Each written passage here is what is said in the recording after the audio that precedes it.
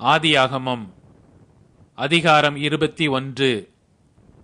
கர்த்தர் தாம் சொல்லியிருந்தபடி சாராள் பேரில் கடாட்சமானார். கர்த்தர் தாம் உரைத்தபடியே சாராளுக்கு செய்தருளினார். ஆபிரகாம் முதிர் வயதாயிருக்கையில் சாராள் கர்ப்பவதியாகி தேவன் குறித்திருந்த காலத்திலே அவனுக்கு ஒரு குமாரனை பெற்றாள். அப்பொழுது ஆபிரகாம் தனக்கு சாராள் பெற்ற குமாரனுக்கு ஈசாக்கு என்று பெயரிட்டான். தன் குமாரனாகிய ஈசாக்கு பிறந்த 8ஆம் நாளிலே ஆபிரகாம் தனக்கு தேவன் கட்டளையிட்டிருந்தபடி அவனுக்கு விருத்த சேதனம் பண்ணினான். தன் குமாரனாகிய ஈசாக்கு பிறந்தபோது ஆபிரகாம் 100 வயதாயிருந்தான். அப்பொழுது சாராள், தேவன் என்னை நகைக்க பண்ணினார், இதை கேட்கிற யாவரும் என்னோட கூட நகைப்பார்கள். சாராள் பிள்ளைகளுக்கு பால் கொடுப்பாள் என்று ஆபிரகாமுக்கு எவன் சொல்லுவான்?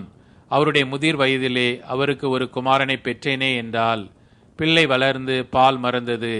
ஈசாக்கு பால் மறந்த நாளிலே ஆபிரகாம் பெரிய விருந்து பண்ணினான். பின்பு எகிப்து தேசத்தாலாகிய ஆகார் ஆபிரகாமுக்கு பெற்ற குமாரன் பரியாசம் பண்ணுகிறதை சாராள் கண்டு ஆபிரகாமை நோக்கி, இந்த அடிமை பெண்ணையும் அவள் மகனையும் புறம்பே தள்ளும். இந்த அடிமை பெண்ணின் மகன் என் குமாரனாகிய ஈசோக்கோடே சுதந்திரவாளியாய் இருப்பதில்லை என்றால். தன் மகனை குறித்து சொல்லப்பட்ட இந்த காரியம் ஆபிரகாமுக்கு மிகவும் துக்கமாயிருந்தது. அப்பொழுது தேவன் ஆபிரகாமை நோக்கி, அந்த பிள்ளையையும் உன் அடிமை பெண்ணையும் குறித்து சொல்லப்பட்டது உனக்கு துக்கமாயிருக்க வேண்டாம். ஈசாக்கினிடத்தில் உன் சந்ததி விளங்கும். ஆதலால் சாராள் உனக்கு சொல்வதை எல்லாவற்றையும் கேள். அடிமை பெண்ணின் மகனும் உன் வித்தாயிருக்கிறபடியால் அவனையும் ஒரு ஜாதியாக்குவேன் என்றார். ஆபிரகாம் அதிகாலையில் எழுந்து அப்பத்தையும் ஒரு துருத்தி தண்ணீரையும் எடுத்து ஆகாருடைய தோளின் மேல் வைத்து பிள்ளையையும் ஒப்பு கொடுத்து அவளை அனுப்பிவிட்டான். அவள் புறப்பட்டு போய் பெயர் சபாவின் மனாந்திரத்திலே அலைந்து திரிந்தாள். துருத்தியிலிருந்த தண்ணீர் செலவழிந்த பின்பு அவள் பிள்ளையை ஒரு செடியின் கீழே போட்டு, பிள்ளை சாகிறதை நான் பார்க்க மாட்டேன் என்று எதிராக அம்பு பாயும் தூரத்திலே போய் உட்கார்ந்து சத்தமிட்டு அழுதாள். தேவன் பிள்ளையின் சத்தத்தை கேட்டார். தேவதூதன் வானத்திலிருந்து ஆகாரை கூப்பிட்டு, ஆகாரே, உனக்கு என்ன சம்பவித்தது? பயப்படாதே, பிள்ளை இருக்கும் இடத்திலே தேவன் அவன் சத்தத்தை கேட்டார். நீ எழுந்து பிள்ளையை எடுத்து அவனை உன் கையினால் பிடித்து கொண்டு போ, அவனை பெரிய ஜாதியாக்குவேன் என்றார்.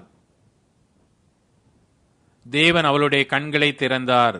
அப்பொழுது அவள் ஒரு தண்ணீர் துறவை கண்டு போய் துருத்தியிலே தண்ணீர் நிரப்பி பிள்ளைக்கு குடிக்க கொடுத்தாள். தேவன் பிள்ளையுடனே இருந்தார். அவன் வளர்ந்து வனாந்தரத்திலே குடியிருந்து வில் வித்தையிலே வல்லவனானான். அவன் பாரான் வனாந்தரத்திலே குடியிருக்கையில் அவனுடைய தாய் எகிப்து தேசத்தால் ஆகிய ஒரு பெண்ணை அவனுக்கு விவாகம் பண்ணுவித்தாள். அக்காலத்திலே அபிமெலேக்கும் அவன் சேனாபதியாகிய பீகோலும் ஆபிரகாமை நோக்கி, நீ செய்கிற காரியங்கள் எல்லாவற்றிலும் தேவன் உன்னுடனே இருக்கிறார். ஆகையால் நீ எனக்காவது என் குமாரனுக்காவது என் பேரனுக்காவது வஞ்சனை செய்யாமல் நான் உனக்கு செய்த தயவின்படியே நீ எனக்கும் நீ தங்கியிருக்கிற இந்த தேசத்திற்கும் தயவு செய்வேன் என்று இங்கே தேவன் பேரில் எனக்கு ஆணையிட்டு கொடு என்றான். அதற்கு ஆபிரகாம், நான் ஆணையிட்டு கொடுக்கிறேன் என்றான். ஆனாலும் அபிமெலேக்குடைய வேலைக்காரர் கைவசப்படுத்தி கொண்ட துறவி நிமித்தம் ஆபிரகாம் அபிமெலேக்கை கடிந்து கொண்டான். அதற்கு அபிமெலேக்கு, இந்த காரியத்தை செய்தவன் இன்னான் என்று எனக்கு தெரியாது, நீயும் எனக்கு அறிவிக்கவில்லை. இன்று நான் அதை கேட்டதே அன்றி இதற்கு முன் அதை நான் கேள்விப்பட்டதே இல்லை என்றான். அப்பொழுது ஆபிரகாம் ஆடு மாடுகளை கொண்டு வந்து அபிமெலேக்குக்கு கொடுத்தான். அவர்கள் இருவரும் உடன்படிக்கை பண்ணி கொண்டார்கள்.